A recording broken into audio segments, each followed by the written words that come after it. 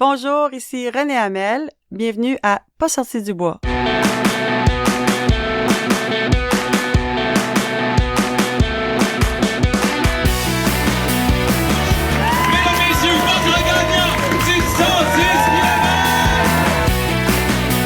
tu commences à te sentir bien en courant un ultramarathon, fais-toi-en pas, ça va passer. Grand champion du 125 km! C'est la Minute NAC et aujourd'hui, je vous parle des purées Ultra Énergie. C'est un produit qui est conçu spécifiquement pour les activités d'ultra-endurance, qui est plus facile à assimiler qu'un gel énergétique et plus digeste qu'une barre énergétique. La texture de compote fait du bien à l'estomac, puis ces deux saveurs changent le mal de place pendant un long effort. La purée pomme sirop d'érable, c'est une bouchée de la croustade aux pommes de ta grand-mère que tu mangeais quand tu étais petit les premières journées d'automne. Puis la purée patate douce et courge butternut, honnêtement, c'est ma surprise de l'année. Puis tout ça, c'est fait avec des ingrédients biologiques et surtout revalorisés. C'est 200 calories par sachet, puis ça te donne le parfait ratio de 4 pour 1 en termes de glucides et de protéines. Bref, c'est le parfait outil à ajouter à ton coffre à outils pour les prochains gros défis. Tu as le goût d'essayer ça, va sur le nac.com, remplis ton panier, puis si c'est ton premier achat, utilise le code promo Pas sorti du bois pour avoir 15% de rabais, PASSORTIDUBOIS. Bon épisode tout le monde! Ouais, on n'est pas sorti du bois, hein? Bonjour tout le monde, bienvenue à ce nouvel épisode de Pas sorti du bois. Aujourd'hui, je suis très content parce que je reçois quelqu'un qui est déjà venu au podcast. Ça fait quasiment 2 ans et demi que tu es venu au podcast, à l'épisode 32. René Hamel, re-bienvenue à Pas sorti du bois. Salut Yannick! Je suis vraiment content. La dernière fois, on était en pandémie, on était par Zoom, on était à distance. Là, c'est un mode complètement différent, on est en face à face. Yes! On va pouvoir jaser pour vrai. Donc ça va vraiment être intéressant. Tu m'avais approché en fait pendant mon QMT 80. On s'est croisés à Saint-Tite, t'étais bénévole là. Qu'est-ce que tu m'avais dit quand tu m'avais croisé? Tu te rappelles-tu exactement les mots? Ah, je pense que j'avais dit « Hey Yannick, ça serait le fun de retourner sur ton émission puis de parler un peu des difficultés des fois que j'ai rencontrées en tant que coureuse puis de partager ça aux gens. » Parce qu'on est souvent là pour jaser du positif de quand ça va bien, mais avec le temps, je pense qu'on apprend aussi comme auditeur des gens qui racontent des situations plus difficiles, mais même comme coureur, on apprend souvent beaucoup plus quand c'est difficile, quand on a des moments, on apprend de nos bas, puis je pense qu'on tire des leçons de ça, versus que quand ça va bien, on tire moins de leçons. Hey, ma course a bien été, cool, je passe à la prochaine. Oh, ma course a mal été, qu'est-ce qui a mal été, qu'est-ce que je peux changer pour ça? Si on l'extrapole à la vie, je pense que c'est ça aussi. Dans nos creux, on peut apprendre. Fait que j'aimais l'angle. Il me restait 23 km quand on s'est croisés. Je m'en suis rappelé à la fin, je m'étais envoyé un courriel en me disant « Hey, plus tard dans l'été, relancez René. » Puis garde, on est là puis on peut en jaser. Mais merci d'avoir lancé l'invitation. Yes, très cool. Avant qu'on commence, la classique question, qu'est-ce que tu bois? Un kombucha aux fraises. Excellent. On a-tu la marque? Je sais même pas. J'ai pas de partenaire de kombucha, mais t'es pas la première qui fait le kombucha sur le podcast. Ah! Kombu! Ah, kombu, c'est simple, c'est parfait. Est-ce qu'il est bon? J'ai même pas goûté encore. Bon, santé. Cheers. Oui. Il est bon? Très bon. Bon, excellent. C'est un essai que j'ai fait. C'est ce que tu m'inspirais. Moi, de mon côté, j'ai un partenaire de bière pour Pas sorti du bois. Puis Noctem a sorti une nouvelle bière sans alcool que je trouve vraiment, vraiment bonne. La Calaca Zero. C'est une gauze au citron confit sans alcool. Donc, très originale, très bonne. Donc, voilà. Santé à tout le monde qui écoute. Santé, René. Cheers. Bon épisode. Donc, tu le disais... les difficultés, en fait, je vais prendre une parenthèse. Je me permets de pas faire d'intro comme d'habitude. René, parle-nous de toi, d'où tu viens et tout, parce qu'on l'a déjà fait à l'épisode 32. Fait que si vous connaissez pas René Hamel du tout, je vous recommande, prenez une pause, allez écouter l'épisode 32. Vous allez apprendre à découvrir René. Puis là, on revient, puis là, c'est comme une partie 2. Tu dis, bon, t'as vécu des difficultés, t'avais envie d'en parler parce que je suppose que t'as tiré des leçons de ça. C'était quoi l'élément déclencheur ou ça a été quand, comment ça s'est produit? Oui, ça s'est pas mal confirmé, je dirais, durant ma course du Arikana 125 l'année passée, 2022. Je pense même avant la course, je pense j'avais peut-être peur, là. Mon père m'avait appelé, je pense, 2 jours avant, puis il m'avait demandé comment ça allait, puis je me suis mordu la langue pour pas pleurer. OK. Mais je savais pas nécessairement quelle émotion que je ressentais. Puis à après ça, ben j'ai pris le départ, j'ai fait la course, puis je pense après les Morios, c'est là que je rencontrais Martin, mon beau pacer. Puis j'ai regardé le temps, puis je pense que j'avais le même temps que les autres fois que j'avais fait le 125. Parce qu'il faut le dire, c'était ta 4e fois Ouais, sur c'était le ma 125. 4e participation. Puis les 3 premières, ça l'avait bien été? Oui, Ouais. oui, ça avait bien été. Puis là, ben quand j'ai vu ça, j'étais pas super contente parce que je m'avais entraîné vraiment fort durant l'été. Puis je dirais que à ce moment-là, tu sais, je suis restée pris avec ça dans ma tête, genre je suis dans les mêmes temps que les années d'avant, ça reste que c'est le premier quart. J'aurais aimé ça me dire c'est le premier quart. Continue, on va voir qu'est-ce qui arrive. Mais je suis restée avec crime, c'est passé vite. Puis là, à un moment donné, nos frontales, on n'avait pas des bonnes frontales, on voyait plus rien.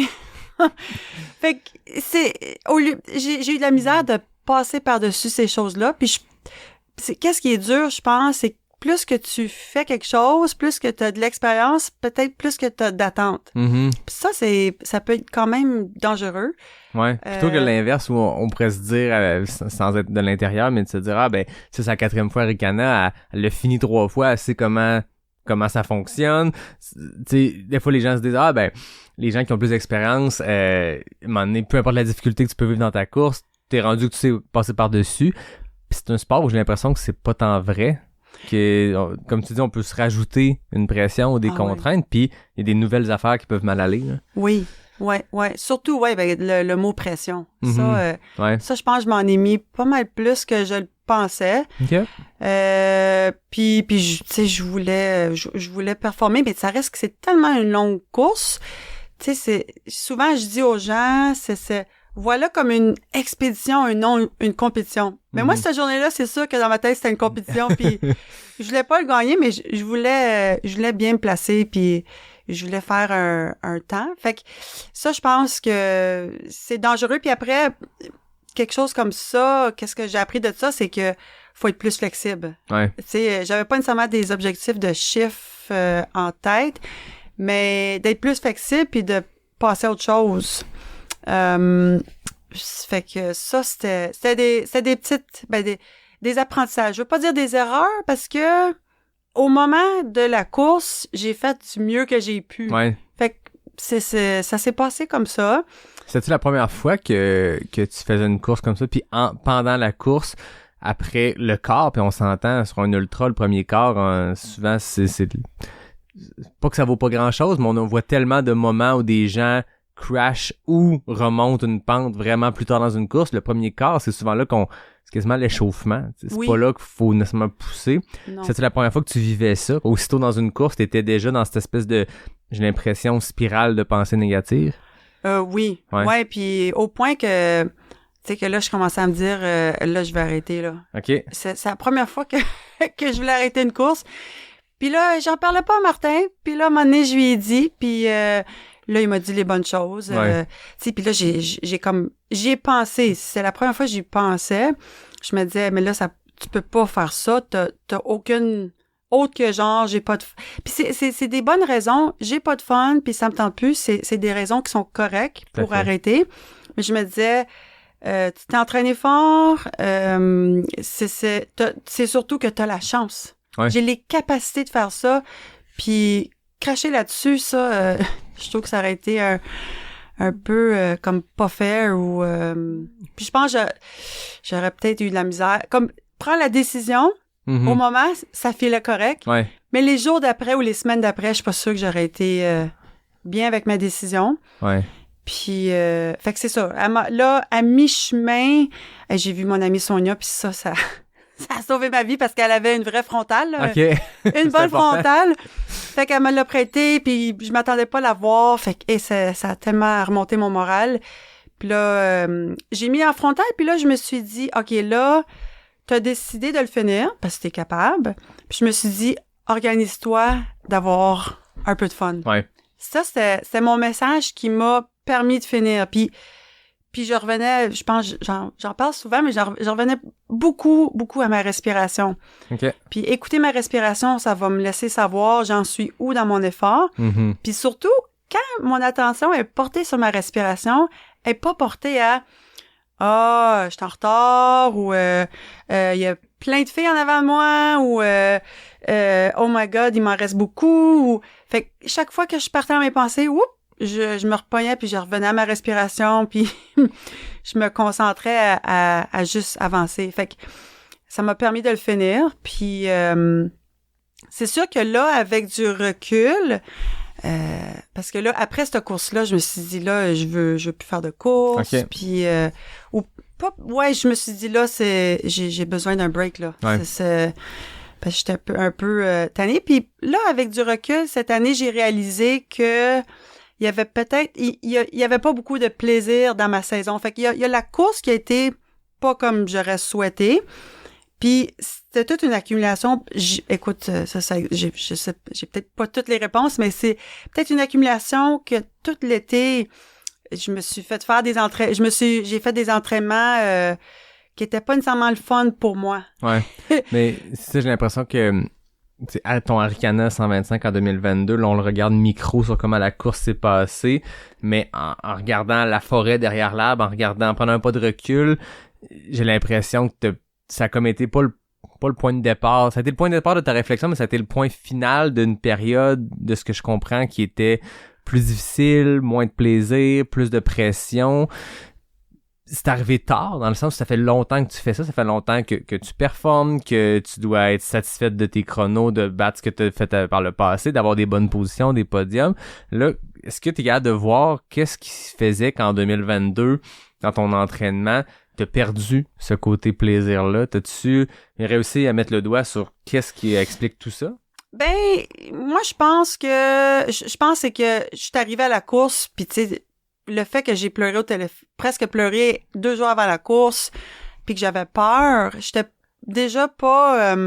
je sais pas à quel point j'avais envie de faire cette course-là. OK. Il y a ça.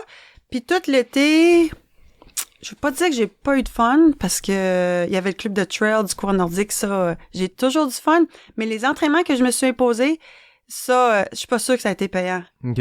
Parce que je me suis pas écoutée. Ouais. Je me suis vraiment pas écoutée, puis qu'est-ce qui est drôle, c'est que la semaine passée, je suis allée courir.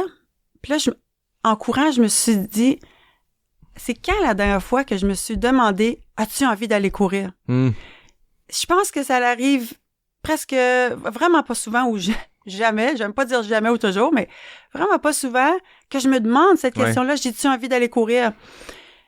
Parce que je vais y aller. C'est ça qui est comme prévu. Puis l'autre question, est-ce que j'ai du plaisir quand je cours? Mm-hmm. Puis l'année passée, il y a 2 fois par semaine, je m'imposais j'avais comme entraînement un pitch vraiment à pic chez nous.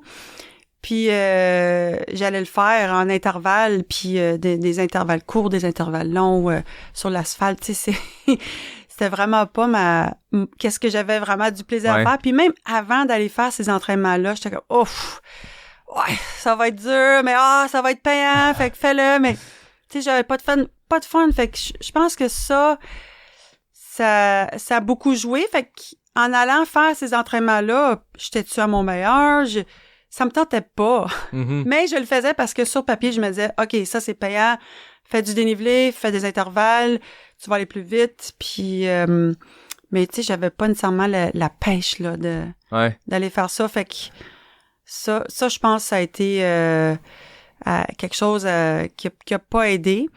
Puis maintenant, dans ma philosophie avec le monde que je coach, tu sais, il y a 3 choses. C'est 1, avoir du plaisir, 2, une progression qui est correcte pour pas se blesser surtout, puis 3, atteindre l'objectif. Mm-hmm. Je pense pour atteindre l'objectif, à quelque part faut avoir un peu de fun. Ben oui. Puis on veut pas se blesser. Fait que vraiment cet ordre-là, puis t'avais pas cet ordre-là quand toi-même tu t'entraînais pour 2022. Non.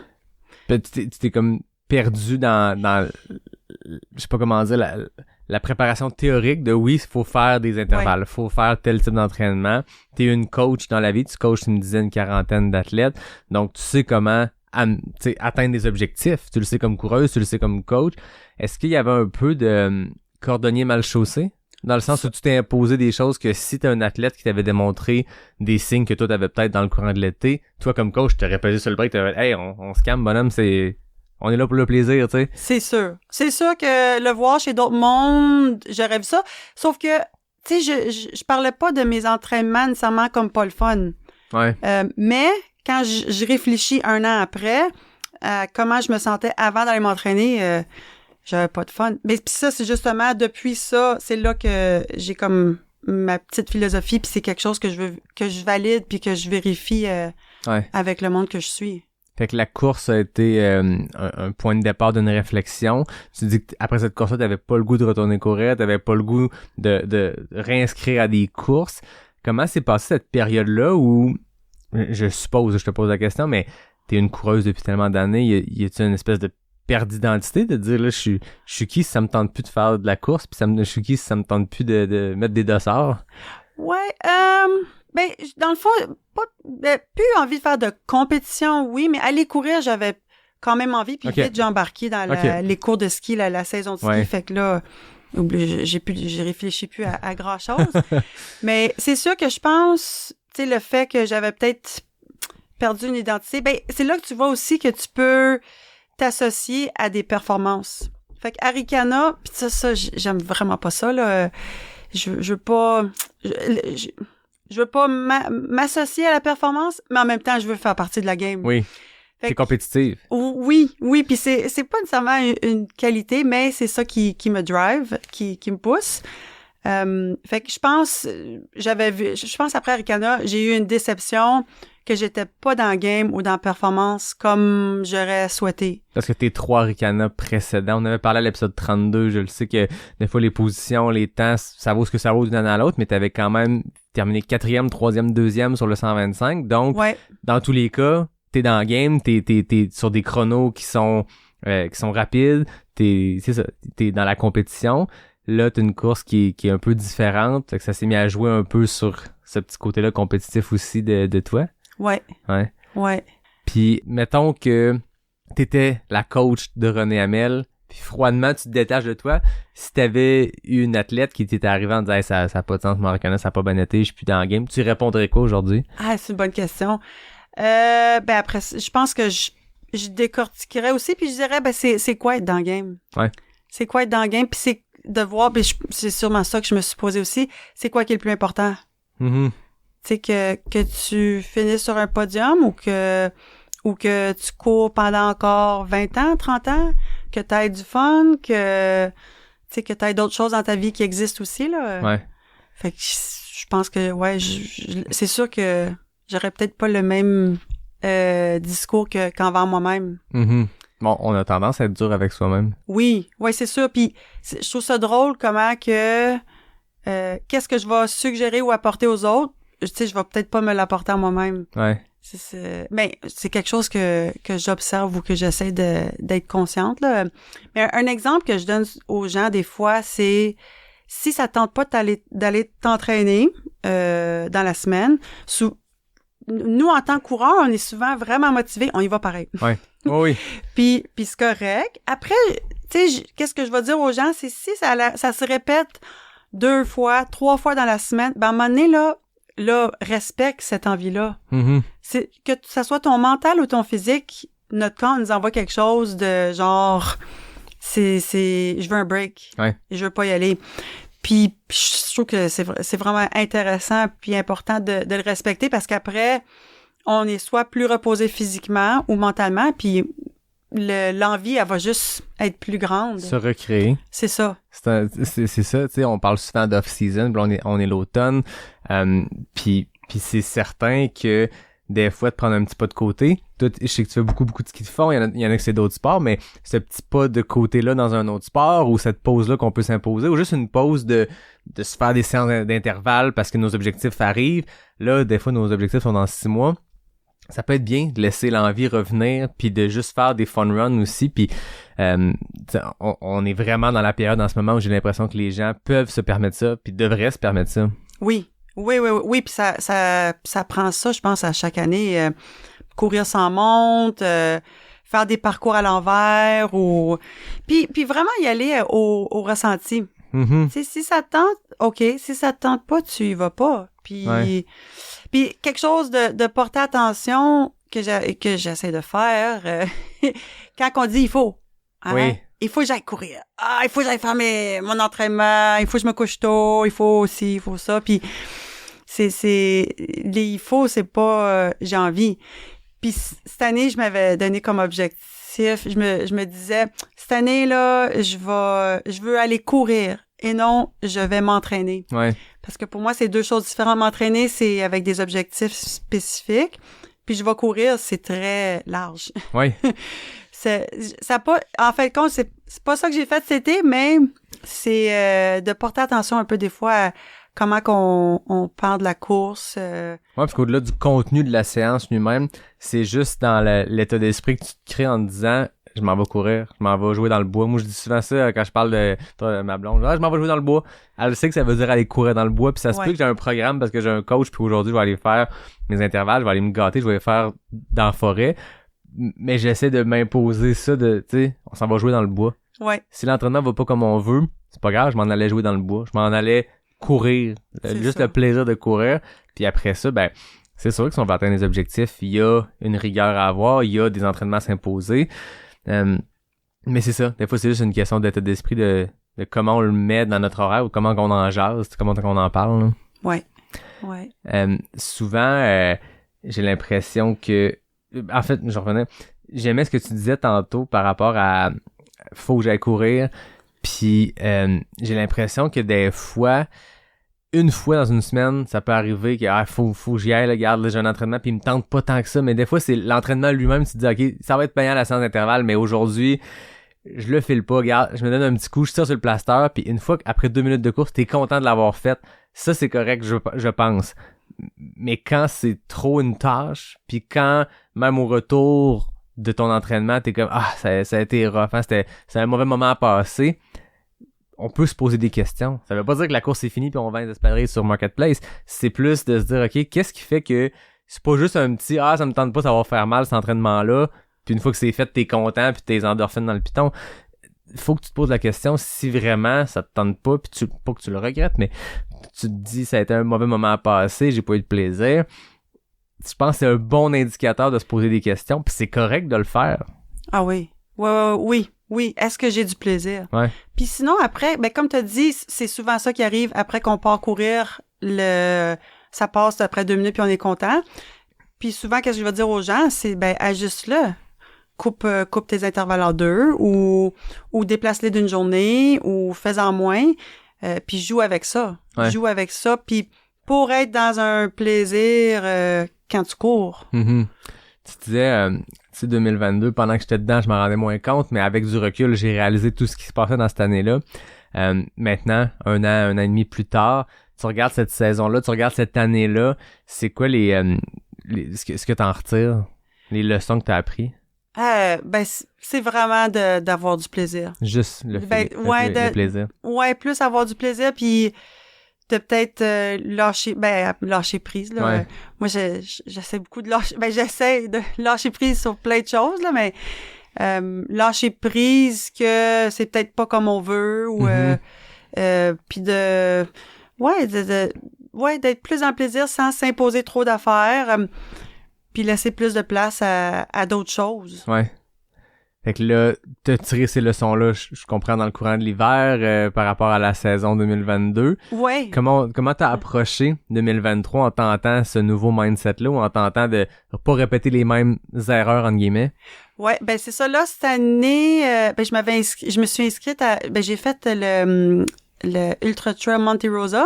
Fait que c'était une course à étapes ou que tu pouvais faire d'une shot. Mm-hmm. Puis je m'avais mis comme objectif, je vais le faire en 4 jours pour plus en profiter, puis ça va être... j'aurai moins besoin de m'entraîner, puis de préparation. Puis quand j'ai commencé à me préparer pour cette course-là, au début, j'espérais aller courir puis pas m'entraîner, mais quand j'ai regardé le défi, il y avait beaucoup de dénivelé quand même. Ouais. Fait que... puis je suis quand même sérieuse, fait que je me suis entraînée. Mais je me suis dit, OK, tu vas faire du dénivelé parce que qu'est-ce qui ressort de cette course-là, c'est du dénivelé. Ouais. Mais on va l'ajuster pour que ça soit plus agréable. Ouais.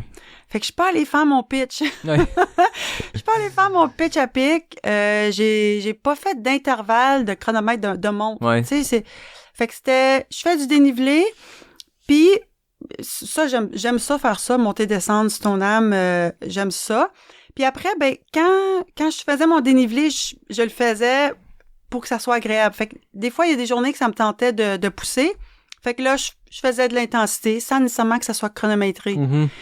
Puis d'autres journées que je le filais pas, ben j'y allais plus relax. Ouais. Fait que j'y allais vraiment avec comment je me sentais à ce moment-là. Mm-hmm. Puis là, je comprends, on focus sur le plaisir, on trouve une manière de retrouver du plaisir là-dedans. Tantôt, tu disais aussi, il y a la pression qu'on s'impose. Oui.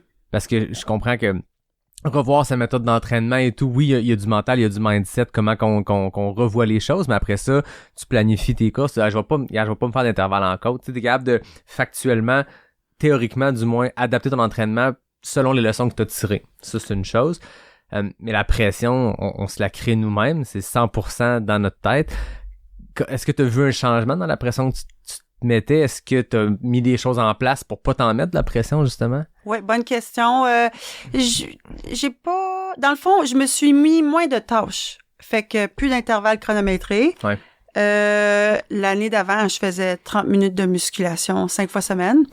Que, tu sais, j'ai pas énormément de fun à faire ça. Fait que cette année, je me suis pas imposée de musculation. Je me disais, ma musculation, ça va être mon D+, vu que j'en faisais beaucoup. Clairement. Fait que je me suis mis moins d'obligations. Mm-hmm. Parce qu'avant, c'était des obligations. C'était il faut que je fasse ma musculation. Il faut que, là, il y avait beaucoup moins de il faut. C'est ça. Il y en avait quand même parce que je m'en allais faire une course, puis je pense que dès qu'on met un dossard, pour moi en tout cas, c'est sûr que c'est pas la même chose que si j'ai pas de dossard. Non, c'est ça. Fait que... Ça ajoute une pression, en tout cas, en fait, ça impose un entraînement structuré pour arriver à cet objectif-là. Inversement, est-ce que toi, de mettre un dossard à ton horaire, de mettre un événement à ton horaire, motive nécessairement aussi? Oui, aussi.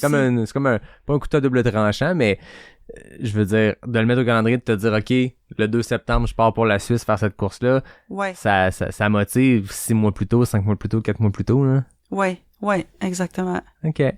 On parle de pression, tu parles laisser faire un peu le chronomètre et tout ça. Toi, comme coach ou comme athlète, trouves-tu que médias sociaux, Strava, la montre qui te dit ton BPM à chaque seconde, est-ce que c'est des éléments qui peuvent contribuer à mettre de la pression?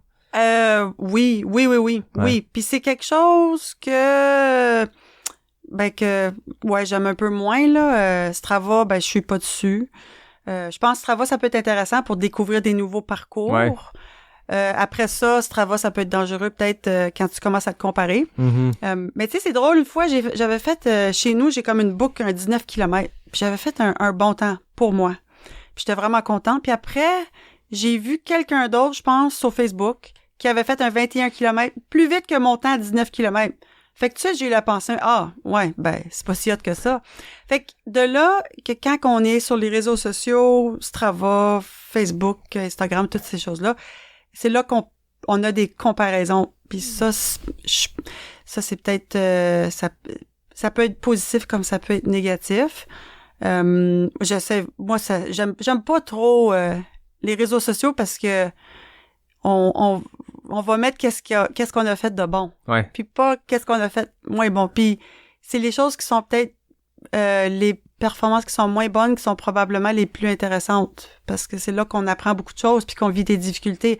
Mais c'est normal que, tu sais, je sais pas, mes jambes sont pas rasées. Je vais peut-être, je vais pas être à l'aise d'aller courir avec mon club du coureur nordique, là, mes jambes pas rasées. Je veux me mettre, j'ai peut-être une certaine fierté puis je vais essayer que mes jambes soient rasées. Fait que c'est normal qu'on projette, un peu ces côtés-là. Fait que c'est sûr que moi, puis en tant que coach, j'encourage beaucoup les sensations. Ouais. Les sensations, j'ai pas de montre qui me dit mes pulsations. Je le sais, je connais pas les chiffres que mon cœur va battre nécessairement, mais je le sais si je suis dans le rouge, le jaune ou le vert en écoutant ma respiration. Fait que j'encourage beaucoup d'être dans les sensations, soit des sensations de savoir je suis où dans l'effort, puis aussi, j'ai-tu du fun? Ouais. Fait que ouais, je dirais de faire attention à ça, là. Mais je pense que c'est toutes des choses qui sont des outils quand sont perçus et utilisés de manière positive. Puis t'es pas obligé de mettre tes courses sur Strava. T'es pas obligé d'avoir une montre. Moi, je suis comme toi, je suis pas sur Strava. J'ai un petit Strava secret dans le sens où je mets rien dessus, mais je l'utilise des fois pour trouver des parcours. Tu sais, c'est le fun pour ça. C'est un bel outil. Je trouve qu'il va mieux que AllTrail ou d'autres applications. Fait que j'en ai un Strava que je pars, puis je vois les réseaux de sentiers. Une fois que la course est finie, je la supprime. Parce que moi, je le sais que je vais mettre une pression ridicule sur mes sorties, qui devraient être des sorties de sensation entre la zone 1 théorique, puis non, mais là, le pace, je pourrais le pousser un peu parce que ça va avoir l'air... Non, on s'en fout. Je veux dire, t'as besoin des sorties en zone 1, d'être hyper smooth, tu sais. Mm-hmm. Mais moi, je suis comme ça. Je pense qu'il y a des gens... s'ils l'utilisent positivement, puis si ça les motive de se comparer ou de le mettre, ils sont fiers de leur entraînement, puis ils ont besoin de ce sentiment-là, c'est vraiment correct, mais des fois, j'encourage les gens à réfléchir à l'effet que ça leur amène. Mm-hmm. Puis que c'est pas grave si t'es pas sur Strava, puis c'est pas grave si t'es pas sur Instagram ou que tu mets pas ton contenu sur Instagram. Puis des fois, tu sais, chez Anne Champagne, je pense qu'il en a parlé récemment sur ses médias sociaux, la montre, que ça fait 1 an et demi, je pense qu'elle court plus de montre du tout. Pas de montre de course. Moi, je suis pareil, j'en ai pas de montre de course. J'ai une Timex qui me sert dans mes jours de course juste pour savoir quand manger, quand boire, puis tu sais, c'est ça que j'ai besoin. Puis je pense que ça me stresserait ou ça m'ajouterait une pression de tout savoir ce qui s'en vient. J'aime ça courir pour pas savoir le prochain ravito il est quand. Je sais les splits, je sais que la marmotte est dans 12 km après tel ravito. Parfait. Mais après ça, en trail, les choses vont à des vitesses différentes. Puis 12 km, ça peut être 4 heures de temps certaines journées. Puis c'est correct.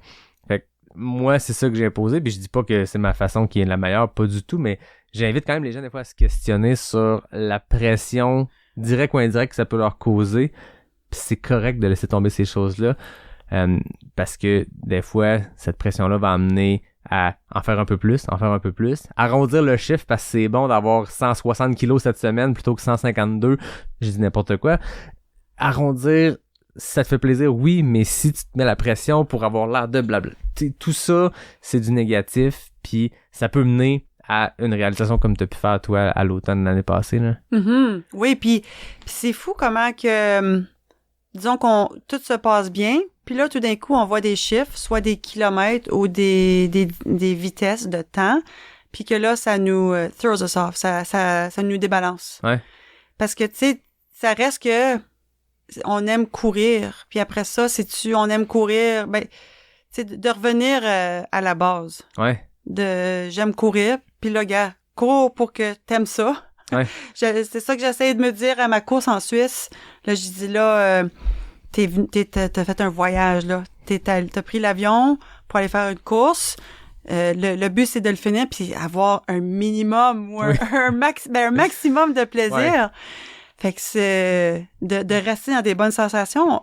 J'aime courir, point. Fait que je sais comment courir pour avoir un minimum de plaisir. Ouais. C'est parfait de laisser le plaisir guider. Puis si ton plaisir, c'est d'être sur Strava puis d'aller chercher des couronnes, c'est parfait aussi. Tu sais, dans le sens que mon point n'est pas Strava, c'est mauvais. C'est juste réfléchissons à ce qui nous fait plaisir, ce qui nous fait du bien. Puis ce qui nous ajoute des fois une pression qui a pas lieu d'être là. On passe notre vie sous de la pression. Je veux dire, que ce soit l'emploi, le stress financier, le stress de notre relation de couple, le stress de ceux qui ont des enfants, que nos enfants soient corrects. Puis il y a 1 million de noise autour de nous dans une semaine par tout ce qui est extérieur. Ça, je pense que pour beaucoup, beaucoup de monde, ça fait juste 160 épisodes que je fais. J'ai parlé avec beaucoup de monde. Pour tout le monde, la course, c'est un peu un moment. C'est mon moment. C'est mon moment de la semaine. Oui, des fois, je vais aller me torcher dans une séance d'intervalle, mais oui, des fois, je veux juste vagabonder comme une Marianne Hogan qui raconte que c'est sorti zone 1, elle regarde les gens passer, puis elle se promène, puis elle se laisse guider selon son instinct, tourne à droite, tourne à gauche. C'est correct de faire ça, puis si la montre, les médias sociaux, Strava, toutes ces choses-là amènent du négatif là-dedans. Laisse-les aller, ça. Ouais. T'as fait cette course-là cette année, l'Ultra Trail Monte Rosa. Pour les stats, là, parce que j'étais allé voir pour le fun, 173 kilos, 13 000 mètres de dénivelé. Sur 4 jours, c'est réparti en 4 étapes, mais ça fait tout un ratio. Oui. C'est un gros défi que tu t'es lancé. Oui, ben il y en a qui le font d'une shot aussi. Oui, c'est ça. Là. On est loin des... Tu sais, on trouve des fois le ratio 170, 10 000, l'UTMB est intense.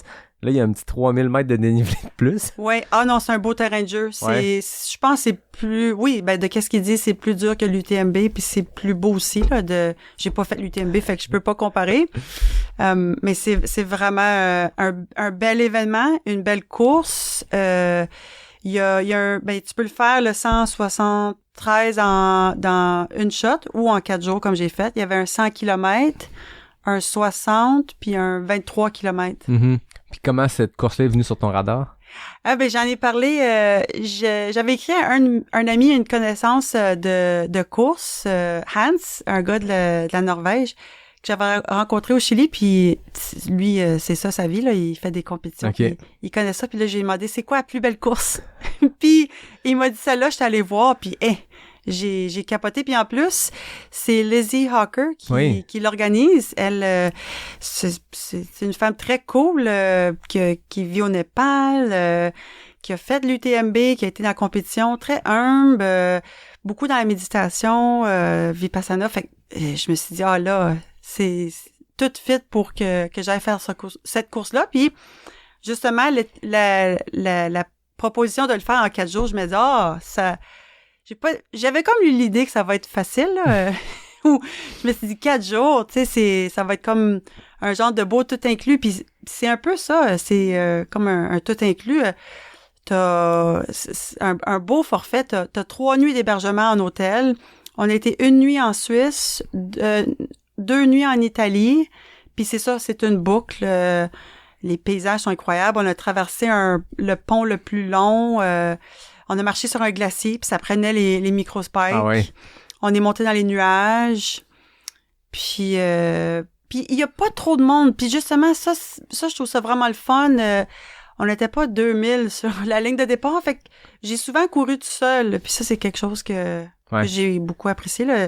Le parcours était bien balisé. Les ravitaux étaient pleins. Fait que non, puis ça a été une belle course. Des fois, je pense que pour beaucoup de monde, l'UTMB, c'est un objectif, c'est une finalité, mais c'est le sommet mondial du trail, c'est le plus grand événement, mais on dit souvent, oui, il y a plein d'autres courses qui sont des défis similaires ou plus difficiles. Fait que si quelqu'un veut pas nécessairement aller faire le tour du monde, essayer de ramasser les points que ça y prend pour faire la course, ou mais tu peux faire le tour du Mont-Blanc en solo ou en fast-pack, mais tu peux trouver ces petites pépites-là, des courses qui sont extrêmement bien organisées en Europe, il y en a tellement. Puis ça, c'est un super bel exemple. Là. Je veux dire, quand j'ai vu le nom, quand je suis allé lire sur le site, je suis tombé en amour, j'ai fait OK, voilà, une de plus à la bucket list, ça a l'air complètement fou cette course-là. Là. Ouais. Ah ouais, c'est comme un peu un secret, puis je souhaiterais qu'il y ait plus de monde pour que ça soit un plus grand succès, mais en même temps, c'est peut-être sa beauté aussi, vu que pour les coureurs, là. Mais c'est ça, je pense que c'est pas une finalité encore là de devenir plus gros tout le temps. C'est correct des événements à plus petite échelle. Après ça, chaque organisation sait ce qu'ils ont besoin en termes de nombre de coureurs pour faire leurs frais, puis on veut que tous les événements soient en santé financière, mais après ça, grossir pour grossir, ça peut être bien de conserver ce petit côté-là. Puis les Américains sont bons pour ça. Souvent, sont topés à 400 coureurs à cause des permis. Mm-hmm. C'est pas une mauvaise chose d'être topé à 400 coureurs. Tu sais, ça permet d'avoir des événements à plus petite échelle. Puis c'est le fun de courir seul aussi. C'est le fun de courir en gang, mais c'est le fun de se retrouver seul sur une course. Puis oui, t'es dans la pain cave ou t'es dans des moments d'euphorie seul, mais il y a de quoi de le fun là-dedans aussi, là. Ouais.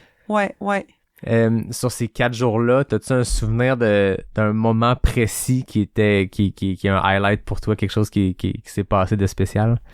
Peut-être pas un en particulier qui ressort des autres, mais peut-être il y en a plusieurs. Là, c'est sûr que la deuxième journée, on est monté à 3000 mètres, puis on est resté à 3000 mètres pendant un petit bout, puis j'étais quand même impressionnée. On était dans les nuages, puis c'était quand même plat, puis tu sais, je joguais, puis j'étais impressionnée à quel point j'étais comme essoufflée. Oui, c'est ça. Puis que je trouvais que, tu sais, c'était pas une grosse vitesse, fait que il y a ça. Il y a un matin qu'on a pris le départ de Zermatt, puis le Matterhorn, une montagne qui est populaire pour l'escalade. Puis ben, chaque jour, on partait à 6h30 du matin. On a 12 heures pour faire la journée, qui est très juste. Fait qu'il faisait un peu noir à 6h30, puis on pouvait voir les frontales du monde qui faisait de l'escalade dans le Matterhorn. Ça a été spécial. Il y a un bout aussi, tu sais, des fois tu finis par croiser du même monde. C'est sûr que durant une course, je jase pas beaucoup avec le monde, puis j'étais beaucoup dans ma bulle. Parce que qu'est-ce qui peut être dangereux, justement, on parlait de pression, c'est 4 jours, tu sais, c'est avec le même monde, puis tu viens qu'à savoir un peu, bon, c'est qui est en avant, qui est en arrière. Fait que moi, une chose que j'ai pas faite, c'est que à chaque jour, je regardais pas les résultats. OK. j'ai demandé les résultats à mon chum la dernière journée, là, quand que j'ai fini, mais les autres jours, je regardais pas les résultats. Puis j'ai jamais regardé ma montre. J'avais ma montre qui sonnait aux 30 minutes pour manger. Puis sur mon dossard, j'avais tracé le parcours pour savoir, bon, il y a tant de kilomètres entre chaque ravito. Puis fait que je savais environ, tu sais, c'est comment étirer mon eau ou ma bouffe pour me rendre au prochain ravito. Mais c'est ça, fait que je me suis vraiment le moins possible. J'avais pas de chiffre pour me jouer en tête. Fait que pour rester, puis tout le long de la course, je me disais là, cours pour avoir du fun. C'est sûr que j'étais pas en balade parce que ça arrivait que je voyais du monde, tu sais, il y a des touristes là qui font de la randonnée, puis ils mangent leur lunch, sont assis, puis ils regardent le paysage, puis je regardais, puis je faisais ah ouais, moi je fais pas ça. Non, c'est ça. Hein? Mais non, je fais une course, puis tu sais, mais je me disais ça, j'aurais peut-être aimé m'arrêter puis regarder plus regarder le paysage. Fait que souvent, durant la course, en courant, je me disais, là, regarde le paysage. Profite-en, là, regarde-le, là. C'est là que ça se passe. T'as vécu une expérience difficile à l'UTHC 125 en 2022.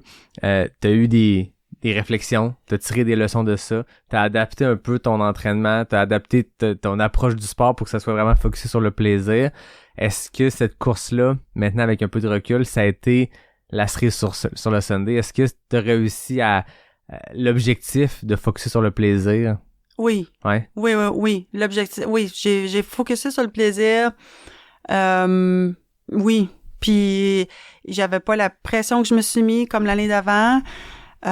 C'est sûr que c'est un contexte complètement différent.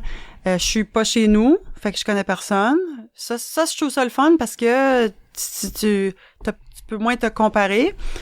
Puis, je suis sur une épreuve de 4 jours. Fait que, tu sais, là, comment tu joues tes cartes, là, pour finir correct, là, pour finir l'événement. Puis j'étais dans un environnement complètement différent, là, avec le dénivelé moins technique. Fait que, tu sais, je trouve ça le fun. Quand tu fais quelque chose de vraiment nouveau, dans ma tête, tu peux pas avoir trop d'attentes. Fait que vu que c'était un terrain nouveau, environnement nouveau, beaucoup de nouveaux. Mes attentes, c'était de finir puis d'avoir du plaisir. Fait que il y avait beaucoup moins de pression. C'est sûr que c'est comme j'ai dit, ça reste que c'était une compétition. Puis j'aurais pu m'arrêter pour prendre mon lunch, mais c'est plus fort que moi là de continuer puis de courir là. Mais oui, fait que oui, le plaisir était là puis je suis contente d'avoir eu cette bonne expérience-là pour, peut-être renouer un peu avec la compétition ou de l'avoir abordé d'une autre façon. Ouais, c'est ça. Un changement de perspective. Ouais. C'est vraiment, mission accomplie. Oui. On va prendre une mini-pause pour un message d'un partenaire, puis on se reparle de l'autre côté. C'est la minute de la coach avec Natacha Gagné. Là, j'ai entendu dire que l'hiver, c'était le bon temps pour faire de la musculation. Qu'est-ce que tu peux dire là-dessus? En fait, Yannick, c'est pas juste l'hiver qu'il faut faire de la musculation. On me pose souvent la question à savoir si le coureur est avantagé de faire de la musculation, puis la réponse, c'est définitivement oui. Cependant, l'hiver, si on traduit ça par saison où on a un petit peu moins d'événements, c'est un bon moment pour périodiser son entraînement musculaire en ajoutant des charges. Donc, en allant travailler un petit peu plus la force. Donc, on va faire un peu plus de séries, un petit peu moins de répétitions. On va aller travailler la force max et la force. Puis doucement, on va s'en aller vers une combinaison de force et de vitesse, ce qu'on appelle la puissance. Fait que ce qu'on va aller développer en travaillant ça, un petit peu plus tard dans l'année, on va pouvoir en bénéficier pendant nos entraînements et pendant nos événements. Mais là, on s'en va pas au gym faire n'importe quoi. Toi, tu peux nous faire un programme? C'est sûr qu'aller au gym faire n'importe quoi, c'est souvent pas payant, mais ça peut être le fun, mais c'est pas payant. Oui, moi, je peux vous faire des programmes, puis il y a plein d'autres kinésiologues aussi qui peuvent faire la même chose. J'aime souvent dire que l'important, c'est le fit avec votre entraîneur. T'as bien raison. Merci, Natacha. Bienvenue! Fait qu'on a vu dans la dernière année comment tu as un peu changé ta façon de voir les choses, toi personnellement comme athlète, mais on le disait, tu coaches plein de monde. Est-ce que ces apprentissages-là, ces leçons-là, tu les appliques aussi maintenant au coaching, ou est-ce que d'avoir perçu des choses en toi maintenant, ça fait que tu peux mieux les percevoir auprès de chez certains des athlètes que tu coaches? Oui, ouais, c'est sûr. C'est sûr que là, je veux vraiment que le monde ait du plaisir là, quand il s'entraîne avec moi. Puis des fois, il y a des choses comme le sommeil. Là, le sommeil, des fois, il y a du monde qui dort plus. C'est normal aussi avant une course qu'on soit nerveux, puis que le sommeil il est moins bon. Mais c'est sûr qu'après, les choses peut-être les plus importantes, ça reste que c'est le quotidien, la famille. Fait qu'à un moment donné, des fois, c'est arrivé que on diminue l'entraînement pour que le sommeil redevienne correct. Puis l'alimentation aussi, là, ça reste que ça aussi, c'est un plaisir. Si c'est pas arrivé avec du monde que je coach, mais si quelqu'un a plus ses menstruations ou qui se permet plus de manger au restaurant ou avec des amis, c'est toutes des choses que j'essaie de pogner aussi quand je parle avec mon monde, de voir un peu comment que ça se passe au quotidien. Ouais, parce que il y a des gens qui écoutent, qui sont en train de faire leurs premières armes entre elles ou dans ces sports-là, dans la course, de se développer. Ils augmentent peut-être le volume, ils augmentent le type d'entraînement. Ils ont peut-être commencé à faire de la course-marche, puis là, tranquillement, ils ont des objectifs qui s'en viennent. Puis, faut pas que tout ça, pour nos objectifs, vienne à affecter la base de la vie, manger, dormir, c'est toutes des choses que faut être attentif à ces signes-là. Oui, comme coach, mais je pense surtout les gens qui écoutent en ce moment, les gens qui vont faire des gros build-up pour des gros projets. Faut pas perdre de vue la base de la vie. Puis que s'il y a des indicateurs au rouge, des fois on est bon pour pas les voir, tu sais. On dit souvent l'expression les lumières dans le dash allument toutes là, mais des fois on regarde ailleurs, on dit j'ai cette douleur là, ou je dors vraiment moins bien, j'ai une perte de poids soudaine ou un gain de poids soudain, peu importe, il peut se passer plein de choses quand on augmente l'entraînement, quand on change nos façons de faire. Puis faut rester à l'affût de ça, puis faut pas se pitcher dans nos objectifs les yeux fermés, puis de se dire regarde, je vais tout donner, puis je réglerai ça plus tard. C'est pas bon plus tard. Ouais, ça peut peut-être juste grossir sans qu'on le sache ou. Ah non, c'est clair. Je t'amène champ gauche sur un autre sujet, mais je veux pas t'insulter en disant ça, mais ça fait longtemps que tu fais ça. Tu fais partie, je pense, des gens qui étaient là avant l'espèce de boom du trail des 3-4 dernières années. Toi, de ta perspective, on voit des nouvelles personnes, de plus en plus de gens qui arrivent en trail. Tu dois voir des nouveaux athlètes qui arrivent. Y a-t-il des choses qui ont changé dans l'approche du sport, ou y a-t-il des erreurs communes que tu vois chez les nouveaux coureurs, les nouvelles coureuses qui arrivent dans le sport?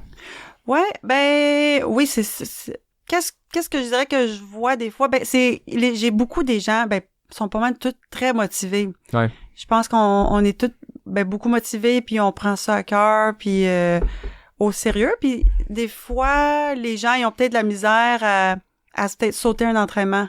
Des fois, les gens, ils vont s'entraîner quand ils ont un rhume ou qu'ils sont malades, puis on est tous capables. Mais je pense que des fois, même si c'est pas un gros rhume ou une grosse grippe, mais plus, tu sais, qu'est-ce que je vais dire à mon monde, c'est, même si t'es pas allé faire tes intervalles puis t'es allé courir, ben peut-être que ton rhume il va guérir un peu moins vite. Parce que là, t'as dépensé beaucoup d'énergie pour aller courir. Fait que c'est sûr que s'entraîner malade, je dirais que c'est peut-être moins bon, là. Fait que quand on est malade, on règle d'être malade. Quand on est blessé, ben on règle la blessure aussi. Ouais. Ça arrive des fois que j'ai eu du monde avec des périostites avant qu'on commence puis qu'il y a des périostites. Fait que tu sais, après ça, c'est de voir, bon, faut quand même régler la périostite, là, embarquer des intervalles ou je sais pas. Fait que je pense que c'est intéressant de régler certaines choses, au plan phisique, là. Ouais.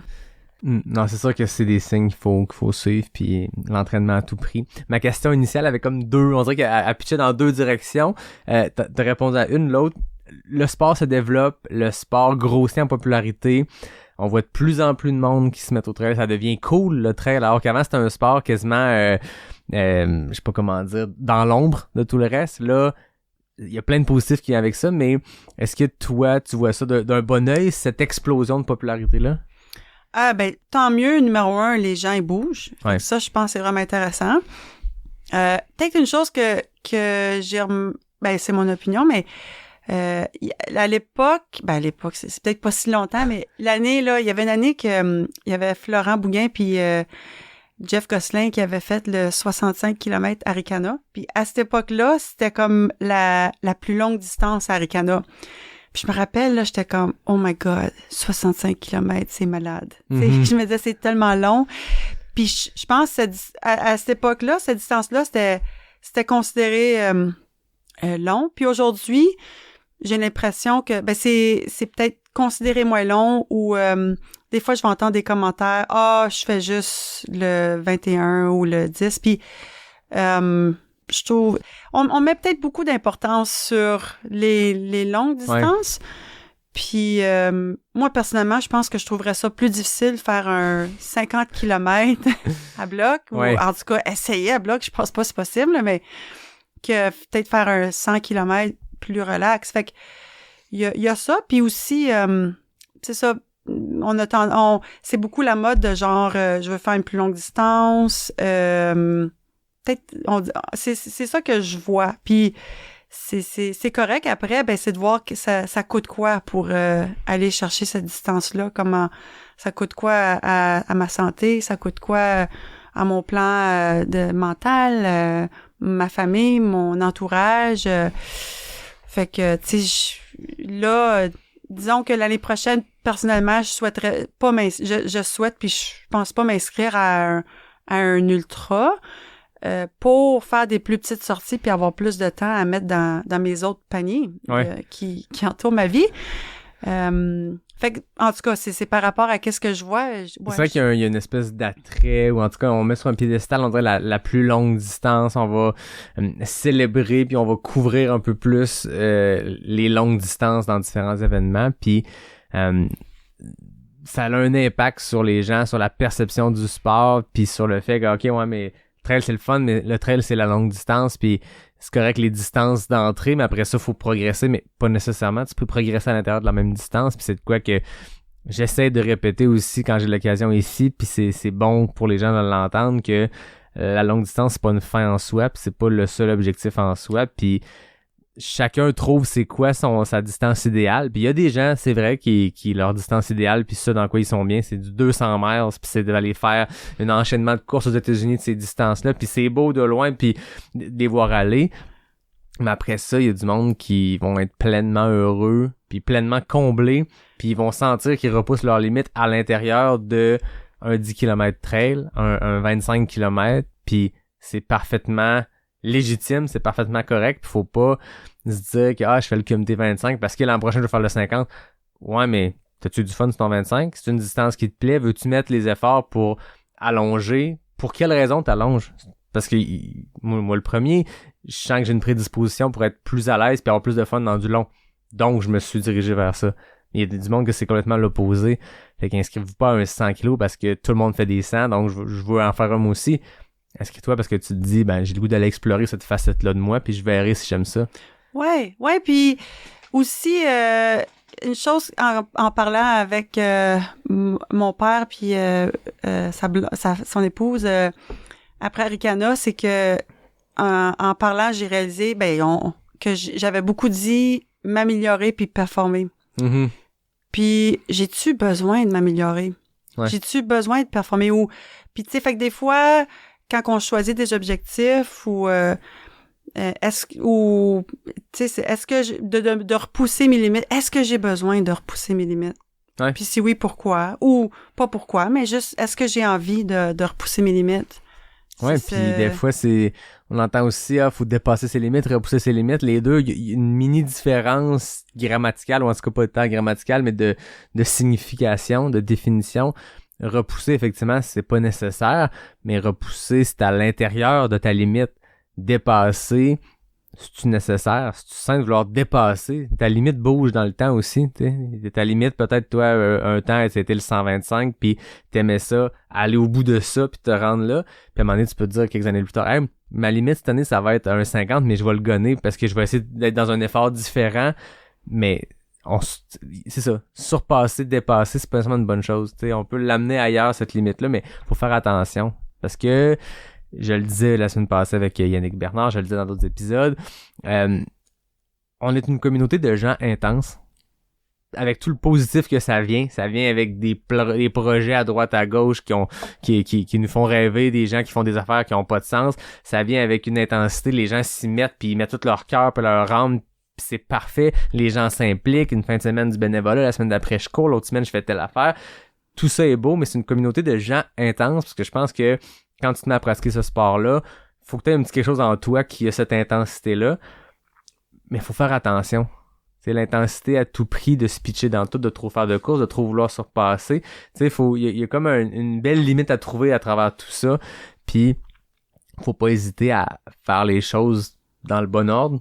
Tu sais, puis il y en a pas une seule façon de faire, mais c'est ça. Prenons le temps d'augmenter, si on veut augmenter, à la bonne vitesse. T'sais. Il y a toujours l'exemple du gars ou de la fille qui est passé d'un 25 à un 160 en dedans d'un an.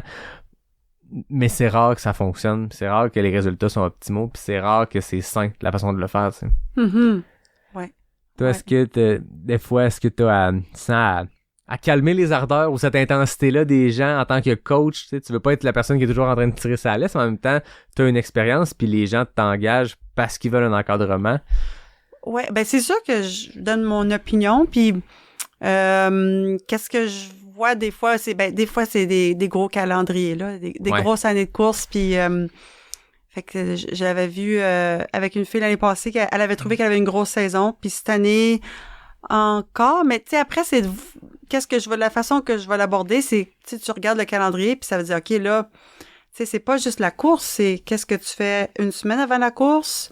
Le déplacement, la préparation de bagages, le déplacement de voiture, que ça soit 30 minutes ou, tu sais, il y a beaucoup d'organisations. Les enfants, ils vont où? Y a-tu quelqu'un qui va m'accompagner? Fait que il y a la course ou la compétition, puis après ça, il y a tout ce qui vient avec, ouais. qui est quand même une grosse charge. Fait que c'est vraiment intéressant. Je pense que c'est un sujet qu'on n'avait jamais abordé, mais de réfléchir à planifier sa saison intelligemment dans les limites du corps, dans ce qu'on veut s'imposer, la récupération, mais je trouve ça vraiment bon le côté ce que ça impose. Tu sais, si tu habites à Montréal, un auditeur qui habite à Montréal qui voit un build-up puis qui disait je vais faire la clinique du coureur en début juin, je vais aller faire la IPA Fun Run mi-juin, puis je vais aller faire le QMT fin juin, début juillet. En termes de calendrier, ça peut avoir du sens si les distances, la récupération marchent.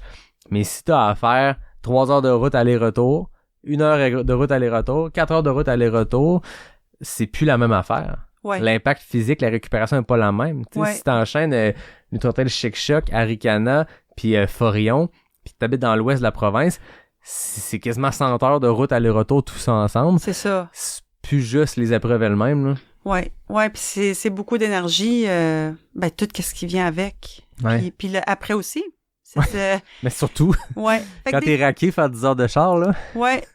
Avec un gars l'année passée, ou cette année, je pense, il faisait le QMT 50, puis il vit à Montréal. Puis il avait la chance de venir à Québec, puis il voulait peut-être faire Coureur des Bois. Puis là, je me suis dit, oui, ça serait bon.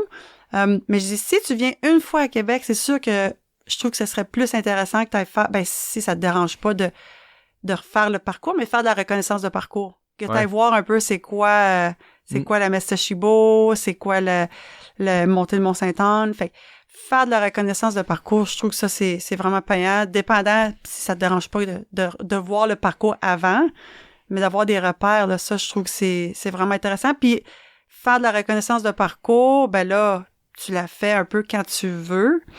Puis mais ça reste que, c'est toutes des choses que je dirais à considérer. Souvent, on s'emballe. Hein, il y a des nouvelles épreuves qui arrivent, des nouvelles courses, des courses qu'on n'a pas encore faites. On a le goût d'essayer un peu de tout. Puis ils vont être là encore l'an prochain. Oui. Une à la fois, ou en tout cas quelques-unes à la fois, mais je trouve ça vraiment pertinent. Je l'avais jamais entendu de réfléchir à son calendrier. Oui, d'une part, les épreuves, mais d'autre part, le temps de déplacement, la logistique que ça impose. Ouais, puis tu sais, une autre chose aussi, c'est à part des compétitions, ben t'as-tu des mariages, t'as-tu des je sais pas, des vacances, puis je sais que moi, souvent, avant Arikana, ben le week-end d'avant, c'est un long week-end. Puis j'allais toujours à Ottawa voir ma famille. Puis il y a une année que je suis tombée malade. Tu sais, c'est parce que quand je vais là-bas, c'est vraiment le fun, mais c'est une famille ou une amie ou un après l'autre, là, j'ai pas beaucoup de lousse. Puis je suis revenue avant Arikana avec un rhume. Ouais. Rien de grave, mais c'est pas optimal. Fait que, tu sais, là, maintenant, tu sais, si je ferais une course, ben c'est sûr qu'une semaine avant, je vais voir, tu sais, c'est quelque chose que je vais checker aussi avec le monde que je coach. C'est quoi ton horaire avant ou comment, c'est quoi, au niveau plan personnel, t'as-tu d'autres événements ou d'autres choses qui se passent à tel moment de l'année, puis de prendre ça en considération. Ouais.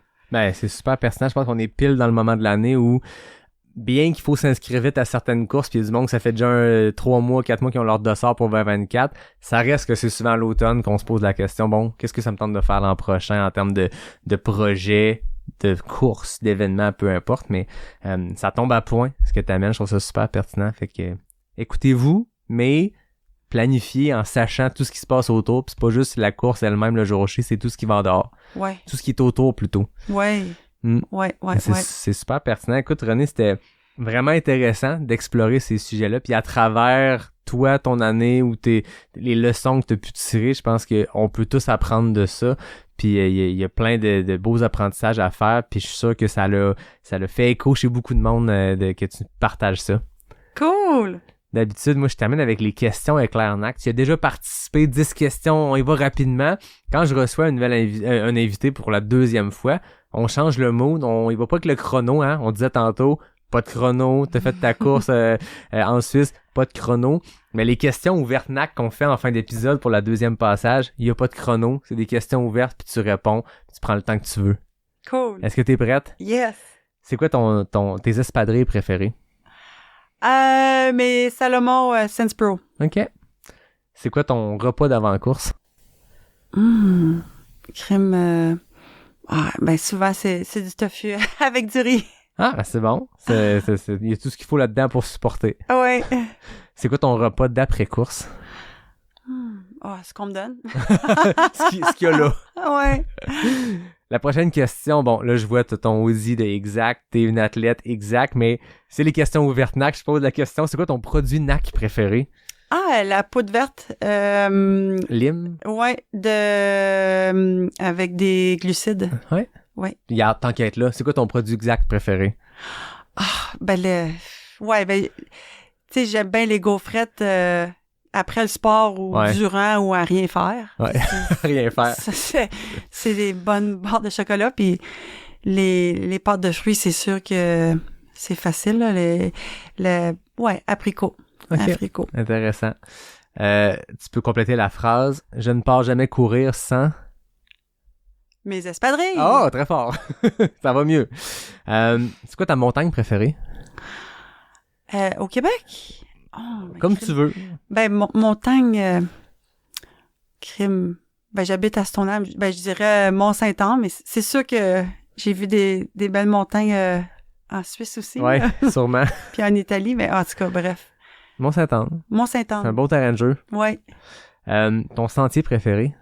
Ben, c'était Chibo. Mr. Chibo, oh, ok, on est une fan, mais on n'a pas parlé, c'est comme tombé dans une craque entre l'épisode qu'on avait fait où tu te préparais pour le QMT 100 000 et là, on a parlé surtout de ton année 2022, mais comment ça avait été ton QMT 100 000? Ah, très bien. Ouais. Très Là, bien. si les gens écoutaient l'autre épisode, ils se disent, bon, il a posé des questions sur ta préparation du 100 000, puis là, on revient pas là-dessus. Ça s'était bien passé? Oui, Ouais. oui. C'est ton premier 100 000 à vie? Oui, puis c'était le fun parce que c'était la première édition de l'événement. Je connaissais beaucoup le parcours. Martin était là, tu sais, on était habitués ensemble. Puis j'avais fait une belle préparation. Le moment de l'année était parfait. C'était des sentiers que j'aime beaucoup. Dont la Mr. Chibo. Oui, puis tu sais, l'équipe médicale, des beaux gars, ils sont drôles. Fait que tu sais, ouais, c'est sûr que Ça, c'est le une critère de grosse fan. René quand t'as fait une nouvelle course. Est-ce que les gars de sécurité sont beaux? C'est ça, je comprends? Non, C'est juste ceux du est-ce que QMT. l'équipe médicale du QMT va être là? Ah, ok, c'est ça. Donc là, tu vas voir des visages que tu connais bien. Ouais, On les que voit souvent quand j'apprécie. même. Ben oui. On les voyait la ouais. semaine passée au Grand-Duc. T'étais Exactement. aussi, on les a vus, ces visages-là. Ouais. Des beaux bonhommes. Ouais. Ton idole de course? Ben, je sais pas. Y a-t-il quelqu'un qui t'inspire dans la communauté? Je retourne la question de bord. Ben, vite de même, j'ai pas une personne, mais je dirais les gens qui ont des enfants puis que c'est pas des gens qui font des performances. Ouais. Ben, beaucoup les gens que j'entraîne puis du monde comme mon chum qui Beaucoup d'affaires à vit gérer en bien même les temps. choses ou qui met l'importance aux bonnes places. Hein? J'aime ça. Ta plus grande fierté? C'est large, hein? Ma plus grande Tu fierté. creuses la tête en fin d'épisode comme ça, là. Ben, peut-être, c'est personnel, mais ma deuxième séparation, ben, je m'en suis beaucoup mieux remis. OK. Donc, j'ai comme appris beaucoup de ça, puis je suis fière de comment j'ai remonté, comment que j'ai évolué avec ça. J'aime ça. C'est inspirant. Dernière question. Ta course bucket list? Colin. Ben, peut-être, vite de même, je pense la Mustang, là, une autre course à étapes au Népal. OK. Parce que tu avais déjà été au Népal. Ouais.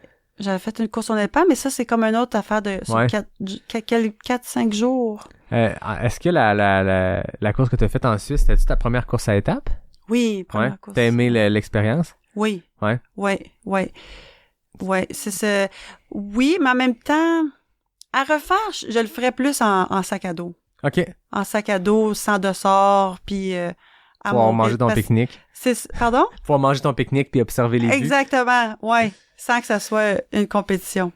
J'ai fini les questions ouvertes, mais j'en ai une de plus pour toi qui vient de me faire penser. Il y a beaucoup de monde qui vont s'inscrire, là. Il y en a de plus en plus de courses par étapes au Québec. On a eu longtemps le Transvallée qui était la seule, mais là, on a le Transpercé, le Transforillon. On a la Trans-Charlevoix qui est devenue une épreuve quasiment mythique parce qu'il y a beaucoup de monde qui le font, puis tout le monde en parle. Ils reviennent de là les yeux pétillants. Il y a de quoi de spécial qui se passe là. Comme coach, comme athlète, c'est quoi tes conseils pour quelqu'un qui se lance dans une course par étapes qui est différent d'une course standard? Ben, c'est sûr qu'après ça, c'est comme une compétition. C'est de regarder un peu c'est quoi ton parcours en termes de dénivelé, puis de reproduire ça dans tes entraînements, de reproduire ta course en plusieurs sections. Fait que si c'est une course à étapes sur 3 jours, ben de peut-être quelques fois durant l'été ou dans ta préparation, tu te fais un bloc de 3 jours, quelque chose qui va ressembler à ton 3 jours qui s'en vient. Souvent, qu'est-ce que je vais dire aux gens, que ça soit une course en 4 jours ou en une journée, de savoir quelle distance choisir. Je vais dire aux gens, ben va voir les résultats de l'année d'avant. Puis disons que tu arrives dans la moitié du groupe, tu regardes les résultats du moitié du groupe, puis disons que ça dit 10 heures. Puis la première question, j'ai-tu envie de courir 10 heures? Oui, c'est ça. Tu sais, peu importe le chiffre de nombre de kilomètres, j'ai-tu envie de courir cette durée-là? Que ça soit entre 7 à 12 heures. Ouais. Puis après ça, le moment de l'année aussi. Ouais. Le moment de l'année, est-ce que j'aime courir quand il fait vraiment chaud ou tu sais, il y en a qui aiment tu sais, Arikana, c'est le fun parce que t'as tout l'été pour t'entraîner. Ouais. En même temps, t'as tout l'été peut-être que tu vas être plus à rigueur. Fait que Ouais. tu veux plus faire une course plus tôt dans l'été. Fait que tu sais, c'est de regarder un peu tout ce qui englobe la course. On finit par se connaître aussi puis de savoir c'est où des fois qu'on a besoin du petit kick de motivation de plus, d'avoir une course. Si des fois vous savez que l'hiver, c'est dur de garder la motivation de s'entraîner, de bouger, ben c'est sûr que de se mettre une course en début de saison, peu importe l'intensité de cette course-là, mais de se mettre un coureur des bois en mai ou un Hurricane, pas Hurricane, mais un QMT, tu sais, des courses de début de saison dans la première moitié, ça te force à quand même te motiver tôt parce que tu peux pas commencer à t'entraîner en mai quand la neige commence à fondre. T'sais. Faut qu'en janvier, en février, mars, tu sois en train de faire des entraînements, de sortir, de bouger. Fait que des fois, selon, on finit par se connaître, hein, on sait c'est quand nos moments de plus grande motivation, puis les petits moments où on a des petites baisses, ben de mettre une course des fois, ça fait juste nous fouetter comme il faut là, Ouais. tout en se respectant, sans se mettre de pression, dans le plaisir. Hein. J'ai appris mes leçons de ce qu'on a parlé, mais on se connaît puis on peut finir par se jouer nous-mêmes nos propres tours. Fait que j'aime ça, bien planifier sa saison selon température, météo et tout ça. René, c'était un très grand plaisir de jaser avec toi une fois de plus.